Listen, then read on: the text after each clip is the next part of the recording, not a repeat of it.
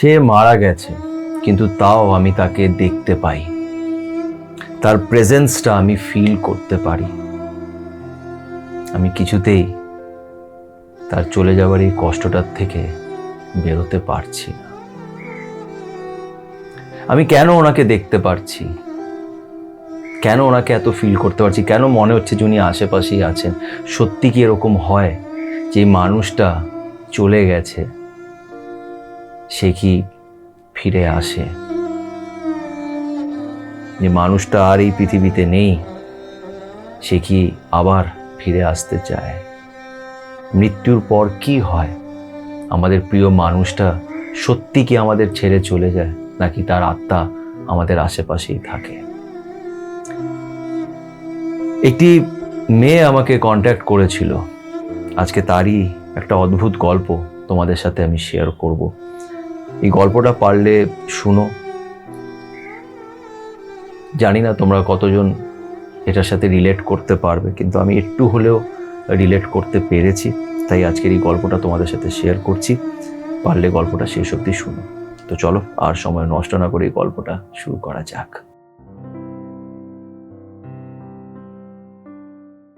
দেখো, মৃত্যুর পর কি হয় এটা আমরা কেউ জানি না। কেউ এক্স্যাক্টলি কি হয় বা কি হতে পারে সেটা এক্স্যাক্টলি কেউ বলতে পারে না। কিন্তু আমরা সবাই কোনো না কোনো সময় নিজের লাইফে নিজের প্রিয়জনকে হারিয়েছি,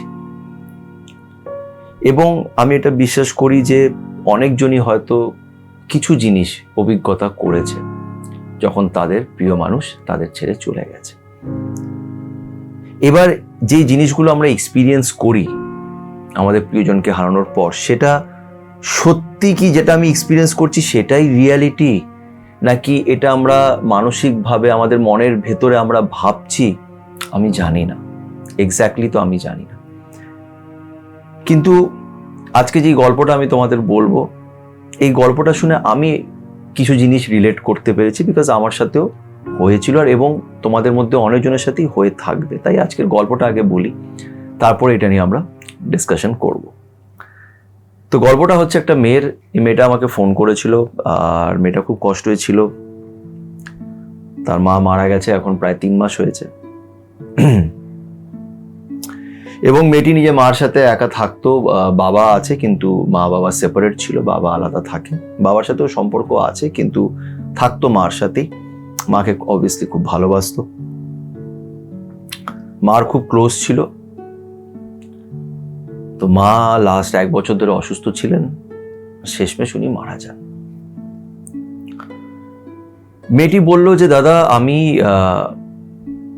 মার মারা যাওয়ার আগের থেকে, মানে আমার মার তো কোনো মানে এরকম অ্যাক্সিডেন্টাল ডেথ হয়নি, তার শারীরিক সমস্যা ছিল যার জন্য তার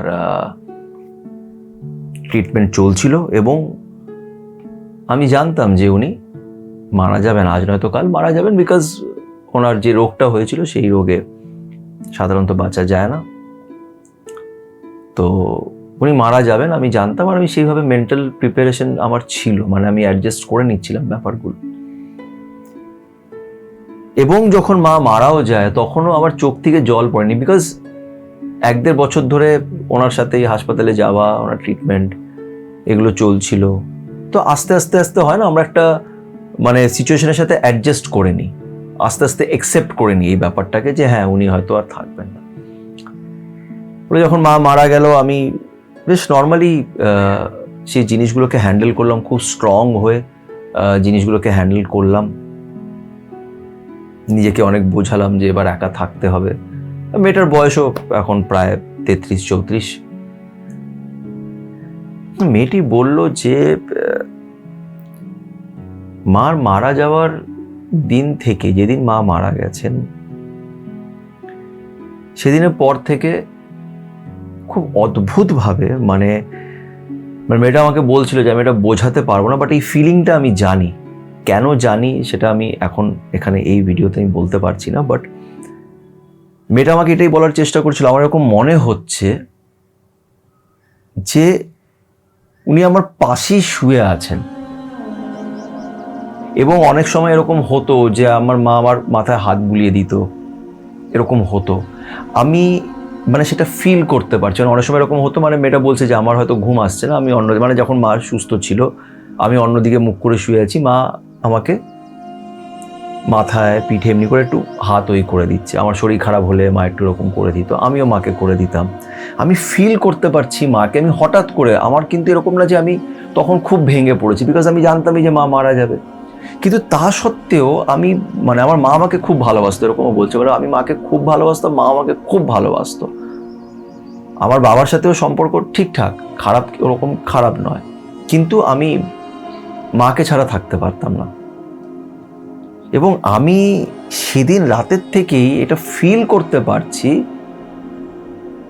যে মা আমাকে এমনি করে হাত বুলিয়ে দিচ্ছে। এবং মেয়েটি আমাকে বলছিল যে দাদা, মা মারা যাওয়ার বেশ কয়েকদিন আগেরই, মানে মার শরীর যখন অনেকটাই খারাপ হয়ে গেছে, তো তখনও মাকে জাস্ট এমনি, মানে মার মাইন্ডটাকে ডিস্ট্র্যাক্ট করার জন্য মার সাথে আমি কথা বলতাম, মা সেরকমভাবে উত্তর দিত না।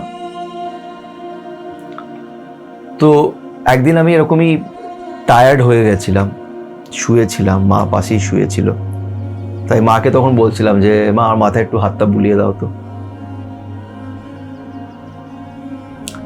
কিন্তু মা সেটা আর দেয়নি, হাতটা বুলিয়ে দেয়নি, বিকজ মার পারছিল না, মার শরীরটা খারাপ ছিল।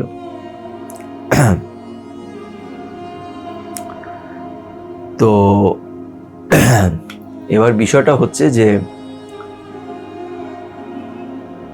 মেয়েটা সেটাই বলছিল যে মাকে আমি বলেছিলাম, কিন্তু মা হাতটা বুলিয়ে দিতে পারিনি। এবার আমি সেদিন রাত্রেবেলায় আমি কেন এটা আমি দেখলাম, বা কেন আমার এই ফিলিংটা এলো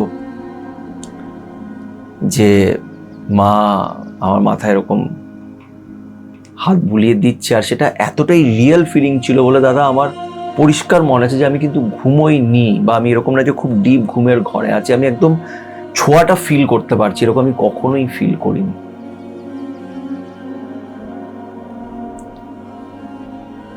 তো বললো, এটা নিয়ে আমার একটা অদ্ভুত লাগছিল, অ্যাট দি সেম টাইম আমার ভালোও লাগছিল যে হয়তো মা এখানেই আছে। এবং যখন বললো, আমি যখন শ্রাদ্ধ করছিলাম তখন যে পুরোহিত মশাই ছিলেন, যিনি এসছিলেন, তো উনি খুব এক্সপ্লেন করে বিষয়গুলো করছিল যে দেখো মৃত্যুর পরে এটা হয়, তোমার মাকে এটা আমরা এই দান করছি, এটা হয়ে যাচ্ছে, নানান রকম যে প্রসেসগুলো থাকে সেটার মাধ্যমে উনি মেয়েটাকে বোঝাচ্ছিলেন যে এরকম হচ্ছে, বা তোমার মায়ের আত্মাকে আমরা যেতে দিচ্ছি, এটা ওইটা। তো মেয়েটি ওটাই ভাবছিল। মেয়েটি বলল যে তখন আমি এটা জানতে পারলাম যে মেবি হয়তো এই সময়টা যতদিন না শ্রাদ্ধ হচ্ছে, আত্মা বোধহয় পৃথিবীতেই থাকে, সে ছেড়ে যেতে চায় না, তাই জন্য হয়তো আমি সেই জিনিসগুলো ফিল করেছিলাম। কিন্তু তারপরে সবকিছু হয়ে যাওয়ার পরেও ও বললো, দাদা মানে আমি তোমাকে বলে বোঝাতে পারবো না, আমি একদমই কাঁদি না, কেন কি আমার এরকম মনেই হয় না যে মা আমার সাথে আর নেই, উনি মারা গেছেন। উনি যে মারা গেছেন আমার এটা কোনোদিন ফিলই হয় না। আমি অদ্ভুতভাবে তার প্রেজেন্সটা ফিল করতে পারি। এবং এই পরিস্থিতি বলে আমার মা আমাকে অনেক গাইড করেছেন নিজের জীবনে, অনেক গাইড করেছেন। উনি এমনিতেও টিচার ছিলেন, আর উনি আমাকে অনেক গাইড করেছেন লাইফে। আমি যা কিছু আজকে করছি, যা কিছু শিখেছি, আজকে যেই পজিশনে আমি চাকরি করছি, এত ভালো চাকরি করছি, লাইফে যেই পজিশনে আমি বসেছি, সব কিছু আমার যেন মা আমার ইন্সপিরেশন। আমার ওনার যাওয়ার পরেও সবসময় এটা মনে হয় যে এই পরিস্থিতি থাকলে মা আমাকে কি বলতো, আমি সেটার উত্তরটা পেয়ে যাই, আমি সেরকমই করি, আর সব কিছু ঠিক হয়ে যায়। এবং একটা ঘটনা আমাকে বলল যে দাদা এটা আমি জানি না, এটা আমার কোনো মনের কোনো রোগ না, মানে কি আমি জানি না, আমি রান্না করতাম, রান্না করে না বাসন টাসন সব এলোট পলোট করে রেখে দিতাম। মা আমাকে সবসময় বকতো যে তুই রান্না করিস আর পুরো কিচেনটা ছাড়া বেড়া করে রেখে দিস।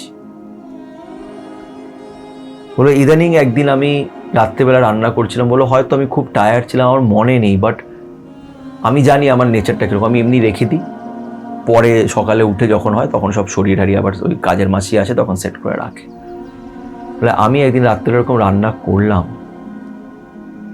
সকালে উঠে আমি দেখছি আমার কিচেনের সব জিনিসপত্র, যখন বলছিল সত্যি আমার গায়ে কাঁটা দিয়ে উঠছিল। বলছিল যে সব কিছু সেট করা আছে, আমি দেখছি, মানে আমি রান্না করে সব এলোপরেই করে রেখেছিলাম, সকালে দেখছি জিনিসগুলো সেট করা আছে। এটা সত্যি কি মিথ্যে আমি জানি না, বাট আমার ঠিক করে মনেও নেই। এটা বললো আমার ঠিক করে হয়তো মনে নেই, কিন্তু আমি জানি যে আমি করিনি। হয়তো আমি মার এই প্রেজেন্সটার সাথে খুশিও আছি, অ্যাট দি সেম টাইম জানতে চাই যে মা কি আমার শুনতে পারছে, দেখতে পারছে, সে কি আমার সাথে আছে।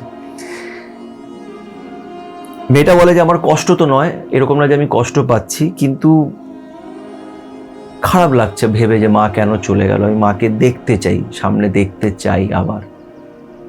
আমি কোনোদিনও ভাবিনি যে এরকম হবে, মার যাওয়ার পরেও আমি এরকম ভাবে জিনিসগুলোকে দেখবো। তো মেয়েটি আমাকে বললো আপনি এত স্পিরিচুয়াল কথা বলেন, তাই জন্য আপনার সাথে ভাবলাম এটা শেয়ার করি, তো আপনার কি মতামত। তো সত্যি কথা বলতে গেলে আমারও এক সময় বাবা মারা গেছিলেন, আর বিশ্বাস করো ওই সময় যেই পরিস্থিতিতে আমরা ছিলাম, বাবা যখন মারা গেছেন, ওই পরিস্থিতির থেকে, মানে আমরা যখন বাবা মারা গেছে, আমি, মা, দিদি, আমরা এটাই ভাবতাম যে আমরা কি করে বেরোবো এই পরিস্থিতি, মানে সবকিছুই এলোমেলো হয়ে আছে, আর কি করে এগুলো ঠিক হবে, এগুলোর থেকে আমি কি করে বেরোবো। কিন্তু প্রত্যেকটা জিনিস থেকে খুব মানে অদ্ভুতভাবে একটা ম্যাজিকের মতন আমরা প্রত্যেকটা জিনিস থেকে বেরিয়ে এসেছি। বিশ্বাস করার এরকম ফিল হতো যে বাবা আমাদের এমনি করে প্রোটেক্ট করে রেখেছে।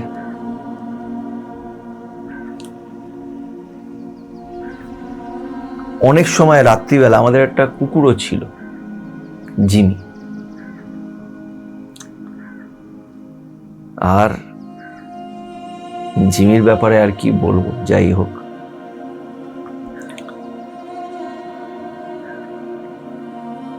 তো একটা কুকুরও ছিল। এবার বিষয় হচ্ছে যে জিমি অনেক সময় এরকম করতো রাত্রিবেলায়, ও এই এরকম 2-3টে এরকম নাগাদ ঘুম থেকে, মানে আমরা ঘুমাচ্ছি, ও খুব অদ্ভুতভাবে চেঁচাতো, মানে আস্তে করে চেঁচাতো, খুব জোরে জোরে না, আরো একটা দিকে তাকিয়ে চেঁচাতো, আর লেজও নড়াতো অনেক সময়। প্রথম আমরা দেখে খুব ভয় লাগতো, বুঝতে পারছি জিমি না কাউকে দেখছে, আর ও জানলার বাইরে না, ও জানলার অপোজিটে তাকিয়ে দেখছে, আর খুব আস্তে আস্তে ভৌ ভৌ ভৌ এমনি করে ওই করতো, মাঝে মাঝে লেজও নাড়াতো।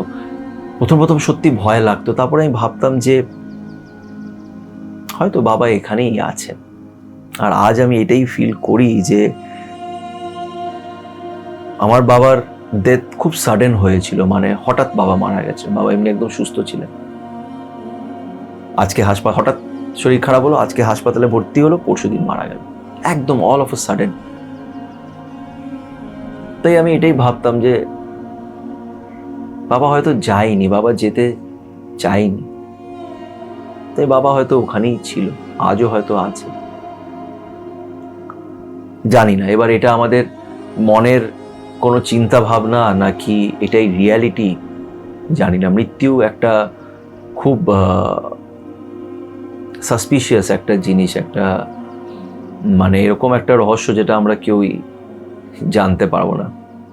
বেঁচে থাকাকালীন তো আমরা জানতে পারবো না এটার ব্যাপারে, আর না জানাটাই হয়তো ভালো।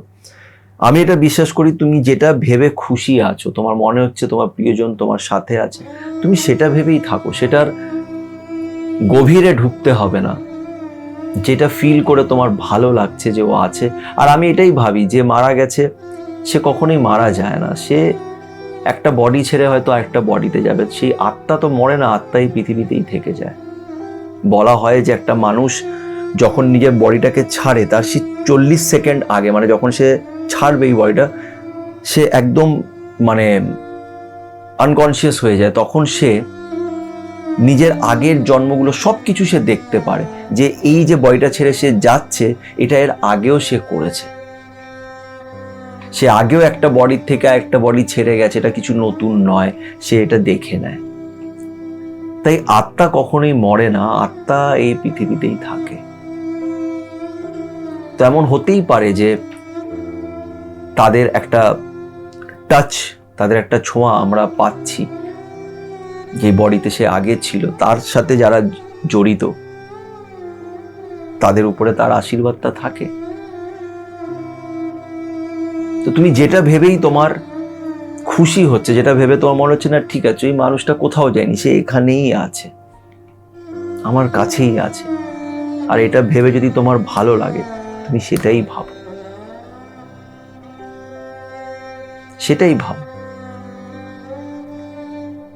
আর প্রিয় মানুষরা কখনোই ছেড়ে যায় না, তাদের কথাবার্তা, তাদের আশীর্বাদ আমাদের উপরে সব সময় থাকে, তারা কোথাও যায় না, এটাই আমি বিশ্বাস করি। যাই হোক, তোমাদের কি মতামত, তোমরা কি ভাবো আমাকে অবশ্যই কমেন্ট করে জানিও। ভিডিওটি ভালো লেগে থাকলে লাইক করো, আর সবাই ভালো থেকো।